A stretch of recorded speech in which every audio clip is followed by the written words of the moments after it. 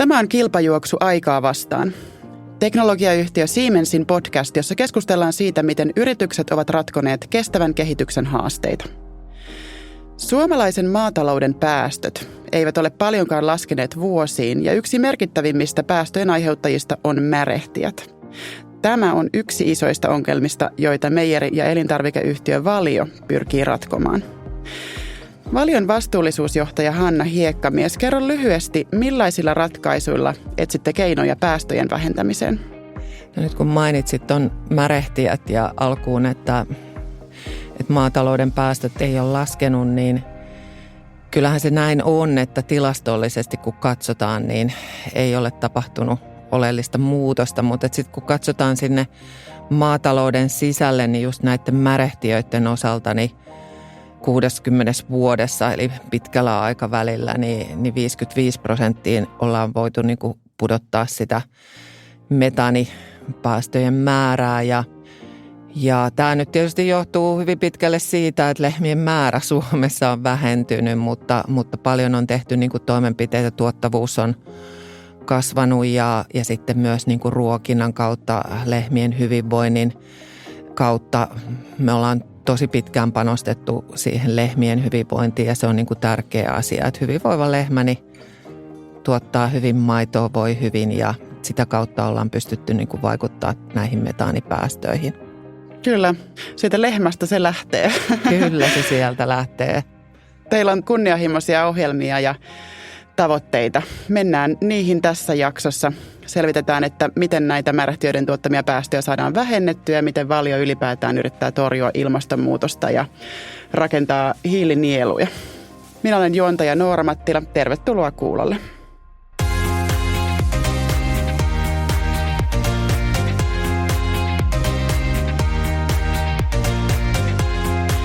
Kuten tuossa mainitsin, maataloudella on ongelma.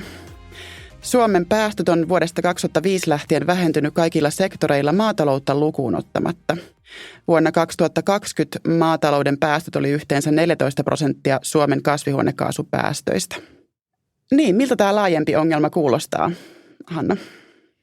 No kyllä tämä tosiaan tilanne on näin, että maatalouden päästöt ei ole viimeisinä vuosina niin laskeneet, mutta sitten kuitenkin kun katsotaan siihen sisälle, ruvetaan aukomaan sitä kokonaisuutta, niin kyllä siellä on paljon semmoisia niin kuin tekoja, mitä on pystytty tekemään, että just tämä lehmien metaanipäästöt, niin on pystytty 60 vuoden aikana niin vähentää 55%.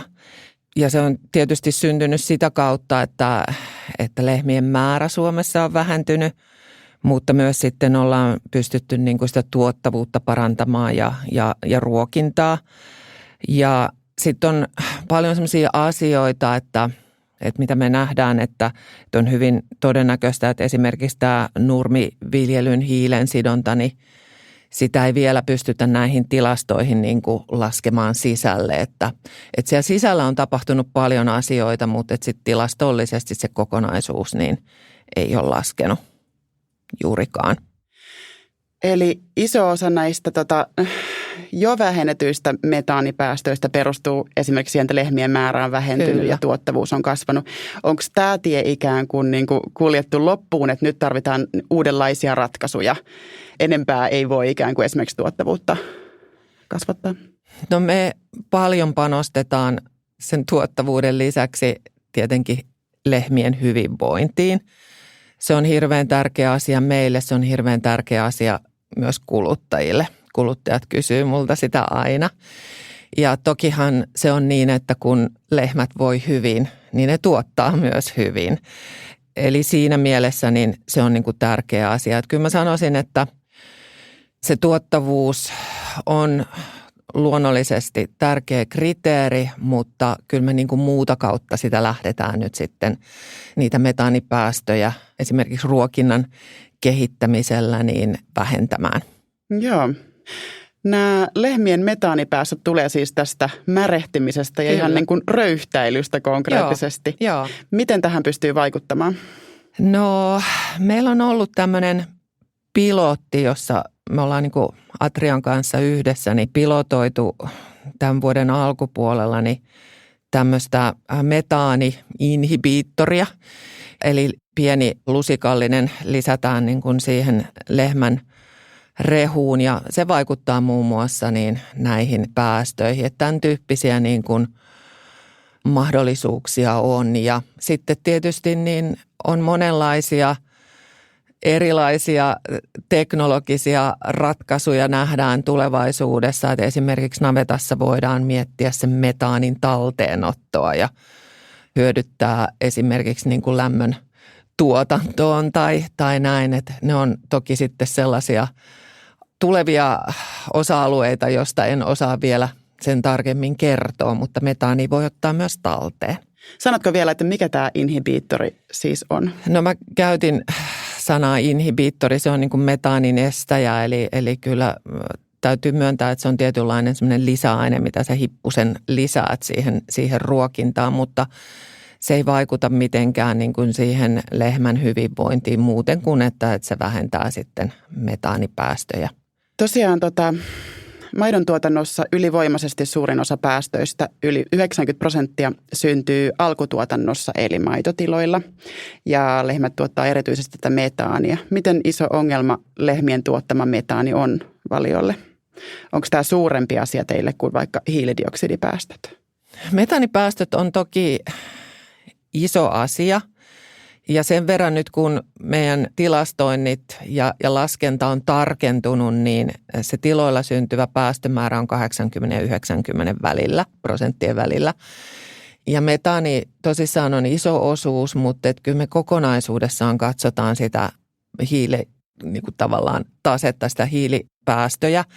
Ja metaani on niin kuin, me ei nähdä sitä tässä hetkessä niin kuin, että se olisi isoin ja merkittävin, vaan me puhutaan niin kuin kokonaisuutena siellä tilalla niin kuin päästöjen vähentämisestä.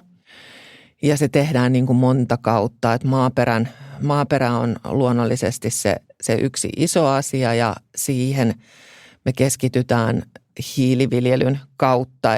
Eli se on oikeastaan se hiiliviljely siellä tilalla, niin se meille se merkittävin asia.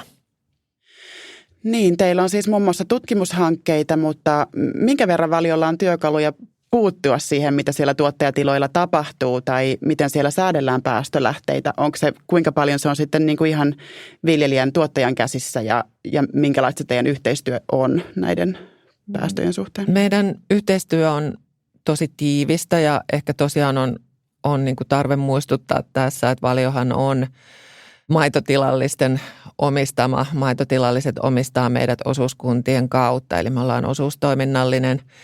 Ja näin ollen niin kysyt, että kuinka paljon pystytään puuttumaan, niin se puuttuminen ei ole ehkä se sana, mitä tässä käyttäisi, vaan me tehdään tosi tiivistä yhteistyötä ja me nähdään se kaikki yhdessä, että on tosi tärkeää, että tämä maitobisnes on olemassa, että me tehdään yhdessä tätä työtä.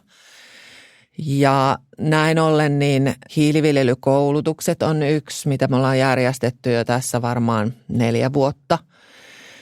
Ja alkuun niin kuin ihan fyysisiä paikallaolokoulutuksia itsekin on käynyt hiiliviljelykoulutuksen seuraamassa ja nyt sitten tietysti koronan aikana meillä on ollut online-koulutuksia ja me tehdään yhdessä BSAG:n Baltic Sea Action Groupin kanssa, että he oikeastaan vetää tämän koulutuksen ja me ollaan liitytty siihen mukaan.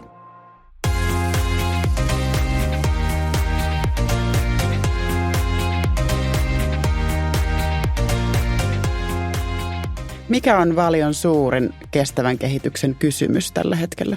No kyllä se tässä lehmänlannan ympärillä tämä asia tässä hetkessä niin pyörii tai sen kanssa me tehdään kädet lannassa töitä tällä hetkellä voi sanoa. Mehän perustettiin tuon ST1 energiayhtiön kanssa niin yhteinen yritys Suomen Lantakaasu ja tämä nimihän on herättänyt hilpeyttä valtavasti ja siitä oli hauska Twitter-keskustelukin, että nyt on rehellinen suomalainen nimi ja kukaan konsultti ei ole päässyt vääntämään sille englanninkielistä nimeä ja sitten sille ruvettiin ehdottamaan shitgassia tai jotain muuta ja kyllä me tehdään tosi paljon töitä nyt sen eteen, että niin kuin isossa mittakaavassa niin pystyttäisiin tuottamaan Suomessa biokaasua ja lähinnä niin kuin tämän raskaan liikenteen käyttöön, että henkilöautopuolellahan toi biokaasu ei ole niin lähtenyt lentämään, mutta raskaassa liikenteessä se on niin kuin tosi oiva vaihtoehto, varsinkin nyt tässä energiakriisissä, niin nämä biokaasuautot, joita meilläkin on maidonkeräilyssä ja jakelussa, niin on kyllä niin kuin tosi hyvä asia. Mennään sitten tarkemmin siihen, että mitä tehdään ja millä näitä asioita ratkaistaan. Valio on luvannut nollata koko arvoketjunsa vuoteen 2035 mennessä. Tämä tarkoittaa sitä, että maidon koko matka pellolta pöytään on päästötöntä. Ja tämä on tosi kunnianhimoinen tavoite. Maitotuotteiden osuus suomalaisen ruoan hiilidioksidipäästöistä on noin 20% tällä hetkellä ja lihan osuus on noin 40%. Eli kyse on merkittävistä vähennyksistä. Millaisia toimia tämä vaatii Valiolta? Kyllä se vaatii niin kuin toimenpiteitä joka ikisessä organisaatiossa meillä. Et nyt me on puhuttu paljon siitä tekemisestä siellä tiloilla. Ja se ehkä kannattaa vielä mainita, että meillä on tiloilla sellainen Karbo-äppi käytössä, eli tilat laskee sen oman hiilijalanjälkensä siellä tilalla. Sieltä tilaltahan tosiaan tämä kaikki alkaa. Ja kaikki tilat? Meillä on tällä hetkellä noin 1000 se nousee se määrä koko ajan ja kaiken kaikkiaan meillä on 4000 tilaa, niin 1000 tilalla tämä äppi käytössä. Joo. Eli he on niin kuin laskeneet sen tilan hiilijalanjäljen ja lähteneet sitä sitten niin kuin johtamaan, laskemaan ja näkevät sen, että millä toimenpiteillä he pystyvät siihen niin kuin vaikuttamaan. Ja me tietysti annetaan sitä tukea ja opastusta ja ohjausta kaikkeen. Ja nykypäivän tilallinenhan on, mä oon sanonut monelle, että on varsinainen tiedemies, että siellä on aikamoisia härveleitä, niin kuin millä mitataan sitä maaperää ja hiilen sidontaa ja näin, että täällä on aina helppo näin kaupunkilaisen huudella, että vähentäkää päästöjä ja en minä pysty määrittämään omia päästöjäni niin tarkasti, että joidenkin laskureiden kautta, mutta siellä tosi paljon tehdään niin kuin siellä tilalla.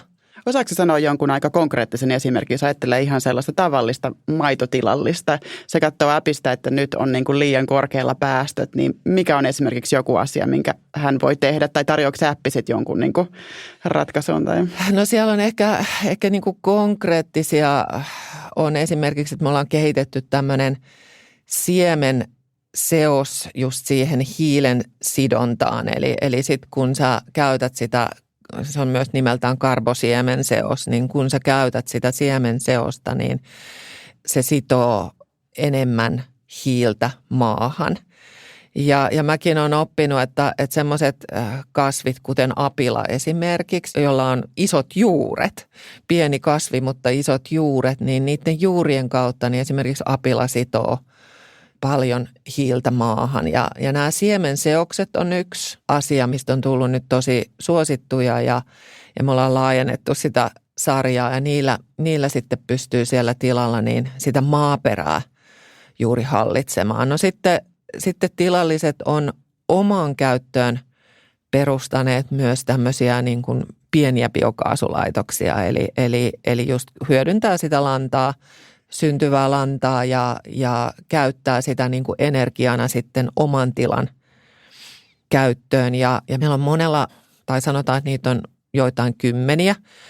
Ja sitten yksi tila on Vuorenmaan tila tuolla Haapaveden suunnalla, joka on rakentanut tilallensa niin ison biokaasulaitoksen, että siellä on myös tankkausasema. Että jos sulla olisi biokaasuauto, niin sä voisit mennä sinne tankkaamaan, mutta se onkin mun mielestä ihana asia, että kun meidän maitoauto käy siellä tankkaamassa maitoa tankkiin, niin se samalla tankkaa biokaasua sillä tilalla.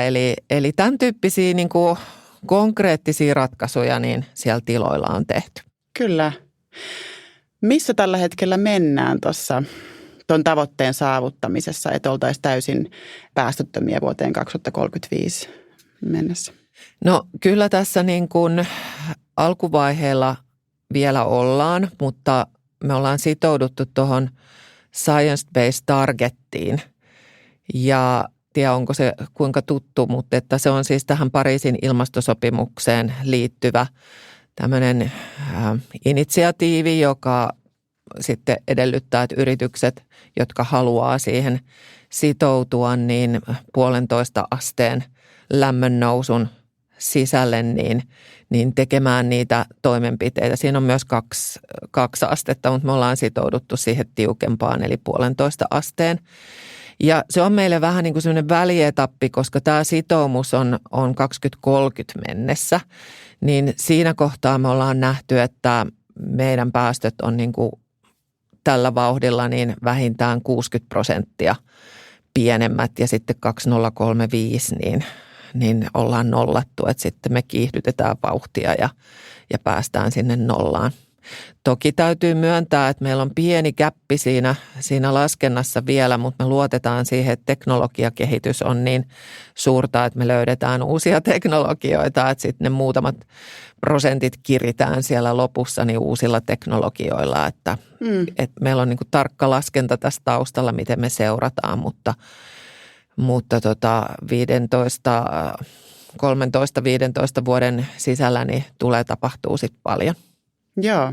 Yksi iso osa-alue on maankäyttö. Mä luin, että noin 10% suomalaisista pelloista on turvemailla ja niiltä tulee yli puolet maatalouden kasvihuonekaasupäästöistä. Ja Valio on kertonut, että se vähentää soista raivattujen turvepeltojen päästöjä. Miten suuri merkitys tällä on päästöjen vähennysten kannalta ja miten tämä tehdään? Niin tämä turve on, suoraan sanoen, se on niin kuin haastava ja vaikea asia, koska Suomen yksi ominaisuus on se, että meillä on näitä turvemaita paljon.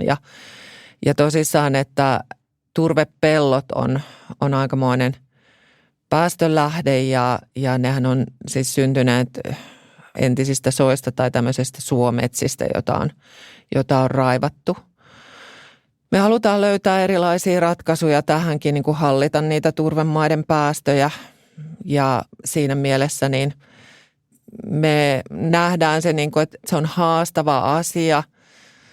Emme kauheasti niin kuin suosi tietenkään turvepeltojen käyttöä, mutta toisaalta sitten kun tarkastellaan sieltä toiselta kantilta, niin tässä hetkessä tämä ruokaturva ja omavaraisuus on alkanut nousta aika isoksi asiaksi, että sitten se on vähän niin kuin sitä tasapainon löytämistä kanssa, että jos ei muuta mahdollisuutta tilalla ole, niin silloinhan se myös kuitenkin tuo tänne Suomeen ruokaa, että tämä on kieltämättä niin tosi vaikea kysymys, mutta me halutaan löytää erilaisia ratkaisuja näille turvemaapelloille ja kaiken kaikkiaan niin vaikea ottaa tähän niin kuin sen laajemmin kantaa. Se on myös niin kuin Suomen ominaisuus, että meillä on paljon näitä turvemaita. Onko tämä siis ikään kuin sellainen asia, jota ei ole vielä ratkaistu tai ei vielä tiedetä, että miten tämä onnistuu? Joo, eli siinä kanssa niin kuin mittaamisen kautta niin pyritään niin kuin hallitsemaan niitä päästöjä ja vähentämään. Että tämä on tosiaan semmoinen, että ei kauheasti vielä osata siitä sanoa. Tiedetään yleisesti, että turvemaat niin on niin päästölähde, iso päästölähde, mutta sitten haetaan niin kuin erilaisia keinoja. Meillä on ollut turvehäkätoneja tai turvemaa häkätoneja ja haettu niin kuin erilaisia ratkaisuja, että miten ne päästöt saataisiin kuriin. Onko sitten mahdollista esimerkiksi kiinnittää enemmän huomioita siihen, että ei oteta enempää käyttöön näitä turvemaita tai että pyrittäkö te ohjaamaan sitä niin kuin ikään kuin toisenlaiselle maalle? Se on juuri näin, että pyritään ohjaamaan ja halutaan suosia muita ratkaisuja, mutta tosiasiahan on, että missä se tila sijaitsee ja minkälaisella maaperällä ja minkälaiset pellot siinä on, minkälainen on niin kuin tilan niin kuin se maaperä siinä, niin nehän ohjaa sitten paljon sitä toimintaa kanssa.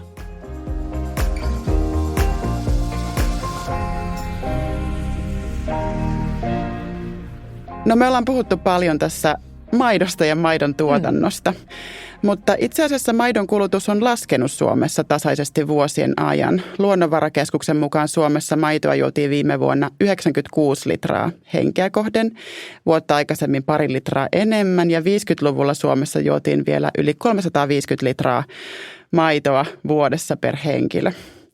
Ja muutos pakottaa tai kannustaa meijeriyhtiöt myös innovoimaan ja kasviperäiset tuotteet on viime vuosina noussut selvästi valtavirtaan. Valiokin valmistaa kauramaitoa ja muita kauratuotteita nykyään. Myös kansainvälisesti ajatellaan, että tämä on niin kuin kasvava markkina ja voi moninkertaistua tässä tulevina vuosina. Näettekö te Valiolla tulevaisuuden talouskasvun kasviperäisissä tuotteissa? Kyllä nämä kasviperäiset on meille merkittävä tulevaisuuden tuotteisto. Tässä hetkessähän se on niin kuin pieni vielä ja jos tosiaan niin kuin kuvasit että maidon juonti laskenut, niin nimenomaan just tämä juotavan maidon määrä on laskenut Suomessa, mutta hyvin pitkälle niin kuin jos ajatellaan sitten raaka-aineena sitä maitoa, niin se kulutus on pysynyt sillä tapaa suht tasaisena, että tätä maidon juonnin laskua niin on korvannut sitten jogurttien, rahkojen, erilaisten proteiinituotteiden ja juustojen niin kuin kasvu ja raejuustot, rahkat, kaikki tällaiset, että niitä syödään, ne on olleet edelleenkin niin kuin kasvussa. Eli kokonaiskulutus tavallaan siinä maitotuotteistossa niin on vielä Suomessakin niin aika tasainen ehkä semmoista prosentin pari laskua ja sitten taas kun mehän ollaan niin kuin kansainvälinen yritys ja meillä menee 3. vientiin, niin me nähdään, että Aasiassa niin tämä on vasta niin kuin tämä maitobuumi silleen niin kuin lähtenyt kasvamaan. Eli siellä niin kuin maidon nämä ravitsemukselliset arvot, niin kuin kalsium ja proteiinit ja nämä, niin nähdään niin kuin vielä hyvin niin kuin positiivisena asiana ja Intia kasvaa kanssa, mutta toki täällä sitten kun katseet takaisin tänne Suomeen ja Ruotsiin esimerkiksi, niin just nämä kasvipohjaiset niin on kasvussa ja tämän takia me tuotiin joku vuosi sitten markkinoille niin Oddly-Good-tuotteisto ja nyt sitten viime vuoden aikana niin Oddly-Goodista tehtiin ihan oma erillinen yrityksensä, koska me tähdätään sillä vahvasti niin kuin kansainväliseen markkinaan, että Oddly-Good-tuotteita on viety jo pitkään Ruotsiin ja se on niin kuin myös kasvussa siellä. USAssa ollaan aloitettu Oddly-Good-tuotteistolla, että sinne me viedään näitä Oddly-Good-vuustoja ja sitten paikallisesti siellä niin valmistetaan kurtteja, eli Oddly-Good kasvipohjaisilla, kaurapohjaisilla ja toki siellä on nyt muutakin raaka-ainetta nykyään, muun muassa kookosta, niin niissä juustoissa, niin näillä on ilman muuta, niin tulevaisuudessa nähdään, että tämä kasvaa ja kansainvälisille markkinoille pyritään. Niin. Tuleeko vielä sellainen päivä, jolloin Valio tuottaa vain kasvipohjaisia tuotteita? No tässä hetkessä sanon, että ei tule tai ei ainakaan ihan niin kuin lyhyellä tähtäimellä, että mehän ollaan niin kuin maitotilallisten omistama yritys ja meidän tehtävähän on markkinoida sitä heidän tuottamaa maitoraaka-ainetta, mutta toki tietysti niin tiloilla tuotetaan jo nyt paljon muutakin kuin maitoa, mutta mitä kaikkea siellä tosissaan voidaan täällä pohjoisissa oloissa niin viljellä, mutta että me nähdään kyllä, että kasvipohjaiset lisääntyy.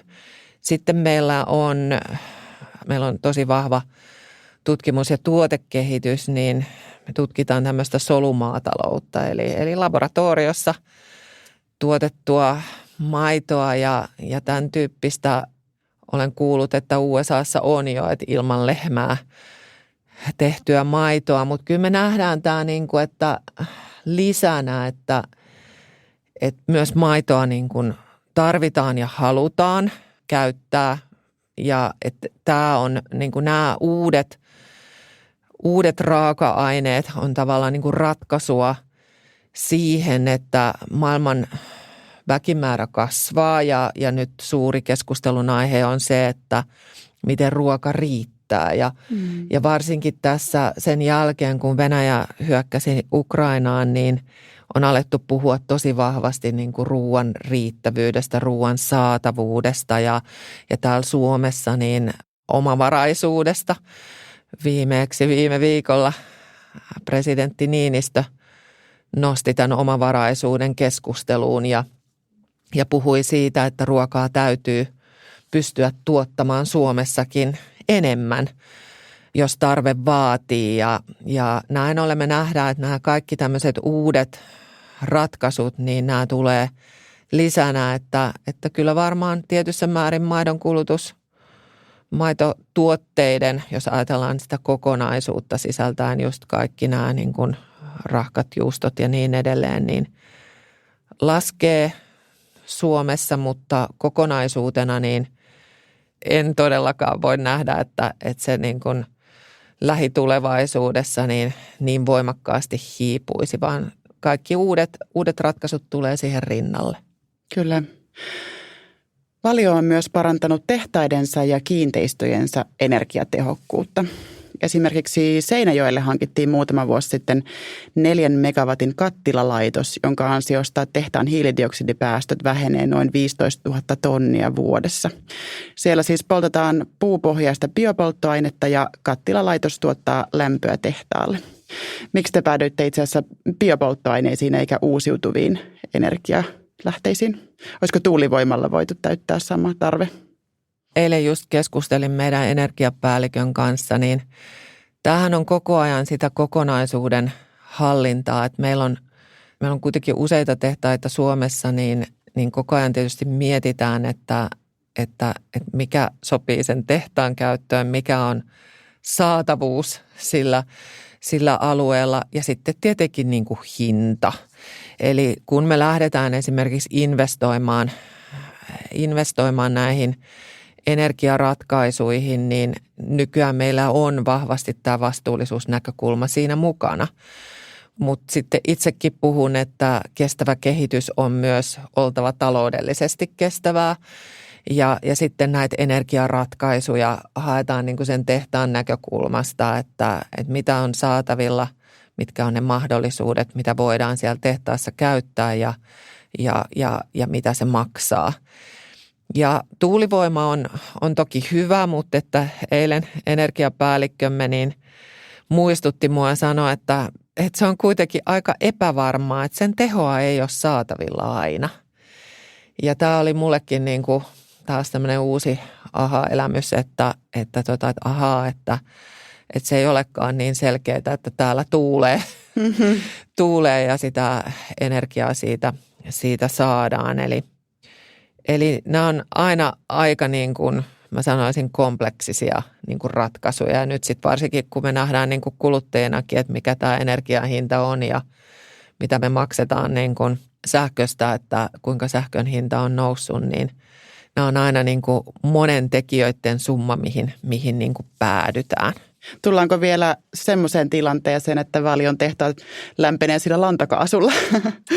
Saisi kokonaan kiertämään tämän teidän niin kuin Joo, kyllä se ilman muuta niin on kanssa niin kuin yhtenä mahdollisuutena tässä isossa korissa. Ja meillä on niin kuin tässä hetkessä, kun puhutaan tästä uusiutuvasta energiasta, niin meillä on lämmöstä jo yli puolet, 54% uusiutuvaa ja sähköstä niin kuin 20%. Ja sitten energiapäällikkömme muistutti, että toi lämmön osuus on vielä niin kuin kaksinkertainen tuohon sähköön. Eli siinä mielessä se on niin kuin merkittävä. Että voi sanoa, että meillä uusiutuvaa energiaa on jo niin kuin tosi paljon käytössä.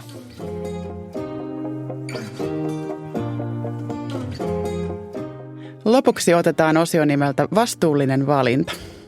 Tässä sun täytyy, Hanna, tehdä tiukka ratkaisu, kumpi esitetyistä vaihtoehdoista on vastuullisempi ja perustella vedenpitävästi valintasi. Mä oon saanut tiedon, että sä oot innokas vuoristovaeltaja. Missä kaikkialla muuten on tullut vaellettua? No sanotaan, että Dolomiitit on yksi suosikki, mutta että myös sitten Alpeilla ja Skotlannissa, Etelä-Afrikassa ollaan oltu ja nyt sitten ennen koronaa ehdittiin käydä Uudessa Seelannissa, mutta sitten tietysti kotikulmat korona-aikana Sipoonkorpi on tosi mainio paikka ja näin niin, mutta sanotaan, että eri puolilla Eurooppaa ehkä lähinnä, mutta myös sitten näitä kaukaisempia. Niin ja USAssa myös tullut käytyä. Okei, vau. No tässä tulee tämä itse kysymys. Kumpi valinnoista on vastuullisempi, vaeltaminen kävelysauvojen kanssa vai ilman? No vastuullisuushan on niin kuin laaja käsite ja mä ehkä valitsisin tässä näin niin kävelysauvat siinä mielessä, että ainakin pysyy pystyssä. Ja sitten mä käytän tuolla vuoristovaelluksessa niin tosissaan näitä teleskooppisauvoja ylipäätänsä, että siellä kun tulee niin kuin alas vuorilta, niin siinähän on paljon niin kuin semmoista irtokiveä ja soraa. Ja tiedostan sen, että tietysti ympäröivä luonto kärsii siitä, että sinne vuorille mennään ja siellä vaelletaan ja täytyy aina muistaa, että mitä viet vuorille, niin tuot myös takaisin, että kaikki roskat tuot mukanasi takaisin, mutta kävelysauvojen käyttäminen vuoristovaellussa on mun mielestä siinä mielessä vastuullista, että sä ehkä pystyt välttämään sen maaperän, niin kuin sen soran ja kivistön niin kuin valumat sieltä alas ja ehkä et aiheuta mitään semmoisia suurempia, tiedätkö, että siellä alhaalla oleva joku paikka saisi jotain isoa kiveä päällensä, niin siinä mielessä mä valitsen nyt nämä kävelysauvat. Aivan, oleellinen näkökulma itse asiassa. Kiitos Hanna tästä keskustelusta. Kiitos itsellenne, oli mukava tulla. Kiitos. Tämä oli Kilpajuoksu aikaa vastaan. Kiitos, että kuuntelit.